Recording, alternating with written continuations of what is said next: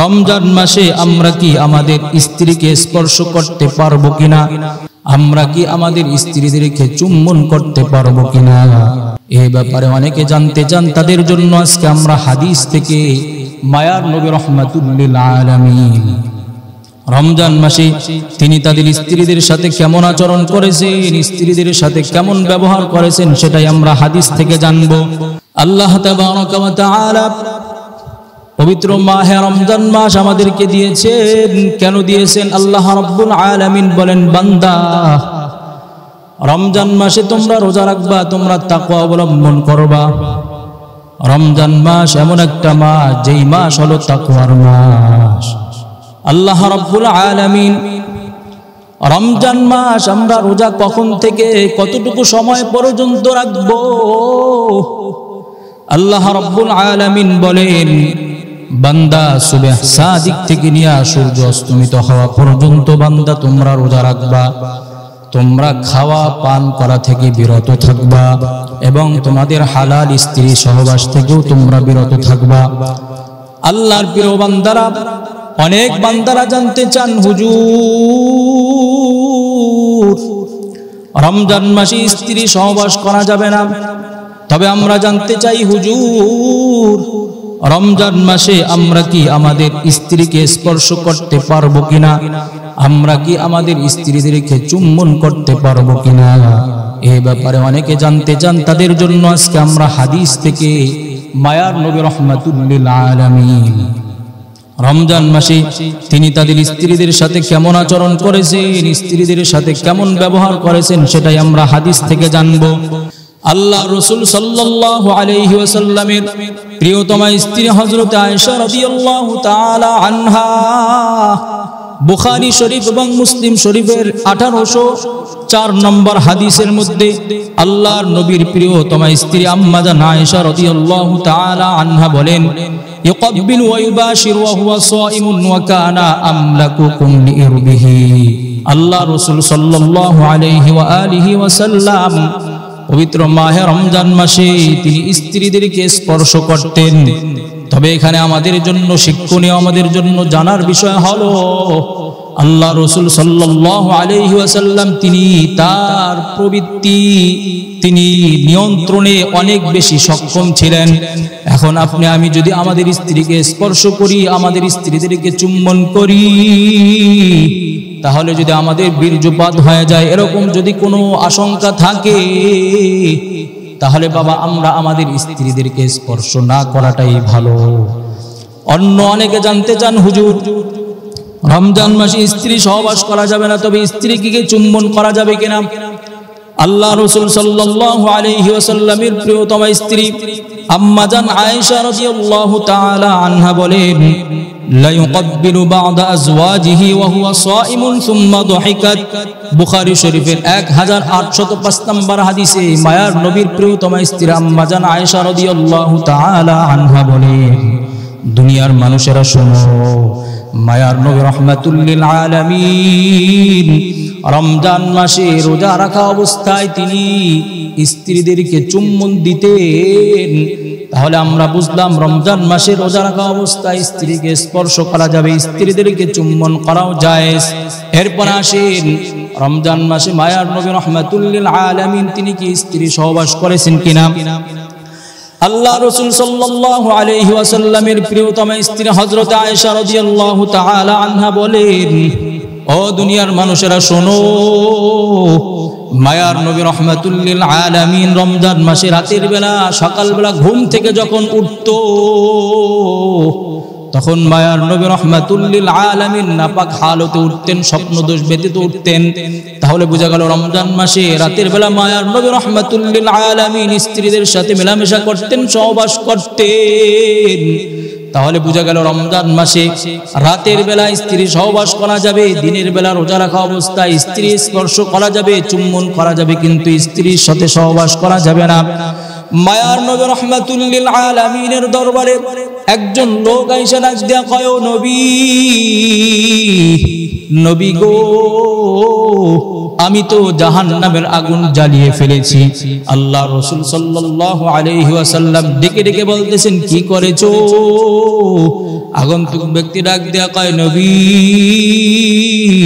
আমি তো দিনের বেলা রোজা রাখা অবস্থায় রমজান মাস আমি স্ত্রী সহবাস করেছি। মায়ার নবী রাহমাতুল লিল আলামিনের কাছে তৎক্ষণাৎ এক ঝুড়ি খেজুর আসলো।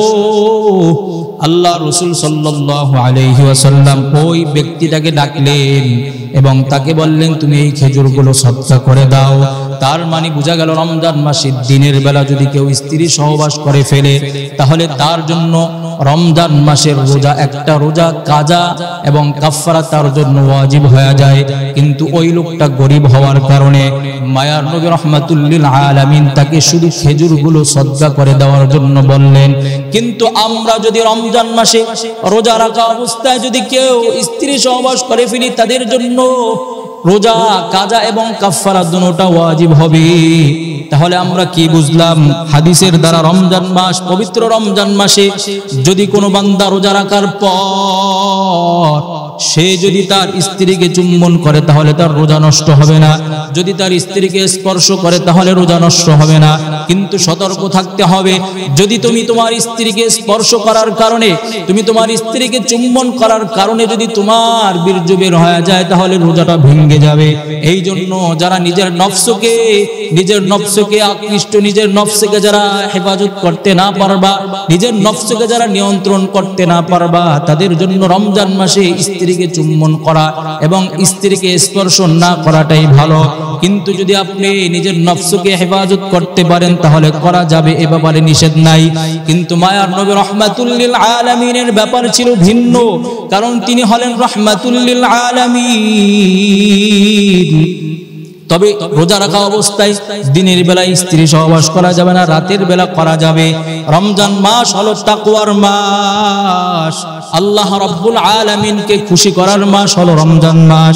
মায়ার নবী রাহমাতুল লিল আলামিনকে পাওয়ার মাস রমজান মাস। নিজের জীবনের গুনাহ খাতা মাফ করানোর মাস হলো রমজান মাস।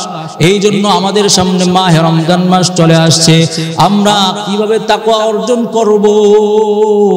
আল্লাহ রাব্বুল আলামিনের বেশি বেশি ইবাদত বন্দেগী করে আমরা তাকওয়া অবলম্বন করব। মায়ার নবী রাহমাতুল লিল আলামিনের সাহাবী হযরতে উসমান গনি রাদিয়াল্লাহু তাআলা আনহু, হযরতে আবু বকর, হযরতে ওমর যখন খলিফাতুল মুসলিমিন হলেন, খলিফাতুল মুসলিমিন হযরতে ওমর রাদিয়াল্লাহু তাআলা আনহু, তিনি একদিন মাঠের মধ্যে, মরুভূমির মধ্যে গেলেন। তিনি তার এলাকার খোঁজ খবর নেওয়ার জন্য বের হলেন।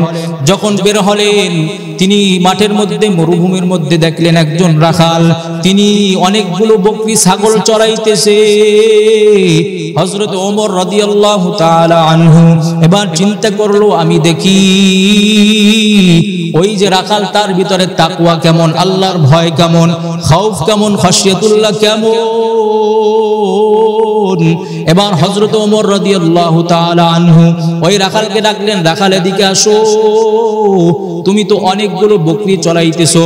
ও রাখাল, আমি একজন পথিক মানুষ, আমার খুব পিপাসা পেয়েছে, তোমার যেই বকরিগুলো আছে এখান থেকে একটু দুধ দোহন করে আমাকে দাও, আমি এই দুধটুকু পান করে আমার গলাটা শীতল করব, আমার কলিজাটা শীতল করব, ঠান্ডা করব। রাখাল বলতেছে, ও আপনি কে? আপনাকে তো আমি চিনি না, তবে শোনেন, এই বকরির মালিক আমি না, এই বকরিগুলো দেখাশোনা করার দায়িত্ব আমার। বকরির মালিক আরেকজন আছে, আমি আপনাকে বকরির দুধ দহন করে দিতে পারবো না।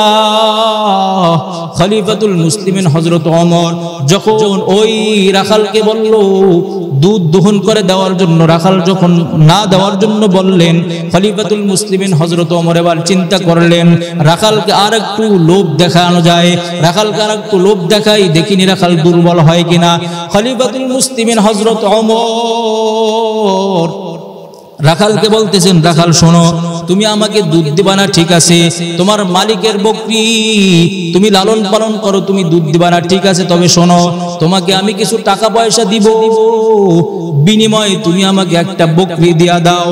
হযরত খলিফাতুল মুসলিমিন ওমর যখন রাখালকে এই কথাটা বলল, রাখাল বলতেছে, আপনি কে? আপনাকে আমি চিনি না, তবে শোনেন, এই রাখালের মূলত মালিক আমি না, রাখালের মালিক একজন আছে, আমি হলাম রাখাল, আমি হলাম বকরিগুলো দেখাশোনা করি, লালন পালন করি। অতএব যদি বকরি আপনাকে দিতে হয়, আপনাকে যদি দুধ দিতে হয়, সেটা মালিক দিতে পারবে, আমি দিতে পারবো না। ও ভাই, আপনাকে আমি চিনি না। এই কথা বলার পরে খলিফাতুল মুসলিমিন হযরত ওমর এবার বলতেছে, রাখাল কেন তুমি পারবা না? তোমার মালিক তো এখানে নাই, তোমার মালিক তো অনেক দূরে, তোমার মালিক তো দেখবে না।